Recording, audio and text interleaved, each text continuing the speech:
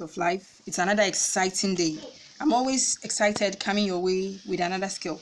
Today I want to focus on making machine stitches. This has been necessitated because more often than not we rely on machines to mend our clothing when they are torn. Meanwhile, we can in our own way do something about it. It is always said a stitch in time saves nine. So immediately it gets torn and you mend it, you get your clothing back. So now as more clothing are added, then you can count the number of clothing you have than you having to discard it. So we start with machine stitches. Our first stitch will be 10 machine stitches. Our machine stitches will now commence. You realize that there are times you need to really safeguard the cloth, so we will put some pins at the edges, so that even if wind is blowing or something, you still have your mended portion intact. So with machine stitches, we will move a little further the edge of the cloth. So I'll place the needle, then I'll pull it. As usual, I told you I'll need my needle, I'll need my thread. So I've threaded it already. This is optional. This is called the teacher's chalk. It's just to mark the lines or portions where you want to do your stitch, so that you always get a very neat or straight edge. So this is further away from the edge. Now I want to tack in at this interval, so I bring it to a little bit at the edge of my cloth. Then underneath I gather the same distance for me to pull. So I pull it. Okay, we see one of the stitch made. So I'll be moving at the same pace. So join me, go along. So as usual, you pull it, and when you pull it, you come and join it just exactly where the other one or the immediate one ended, to close the gap over there. Let's see the back, how it has turned. So that is our machine stitches for us. That's how the back has become. It's neat. And let's continue. You continue to where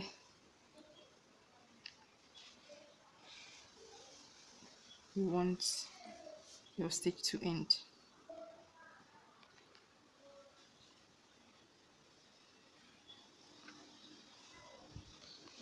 Okay, so our second stitch is termed blanket stitches.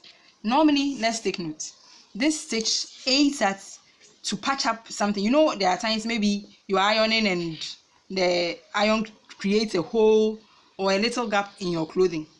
You can use this blanket stitch effectively to mend that hole. It's also used in appliques for designs and a whole lot. So let's learn how to do it. Now, that one, you know, this is our line. I see the line, I use the teacher's chalk to mark. So I can mark an equally, like a distance away from it. I'm marking just a distance away from it. So that may be maybe let's say this is the top of our stitch. So, and this is the down, just to make it simple. So I'll put my thread at the up line.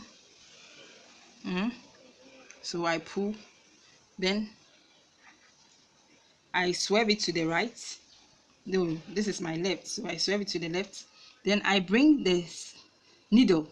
Let's watch the distance. So the distance, just the point where the blue thread is, just beneath it, immediately beneath it, the down line. So I make sure my thumb is on the blue thread. So I push this one in the needle, then I pull. Okay, so again I slide it to my left. I come to my downline.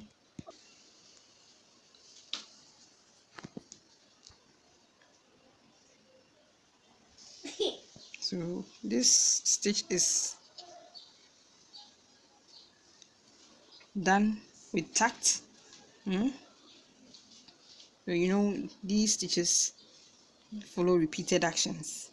I'll continue. So every time I pull through the top bit, the top line, I'll slide my thread to the left, then I'll bring it down to the down line, pass it underneath, pull it at the top line, still sliding my thread to the left.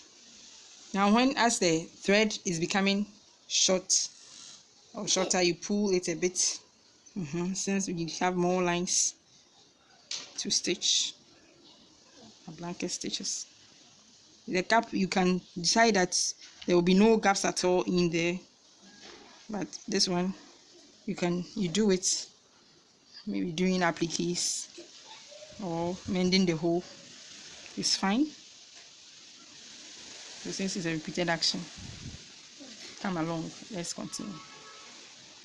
So we can continue as long as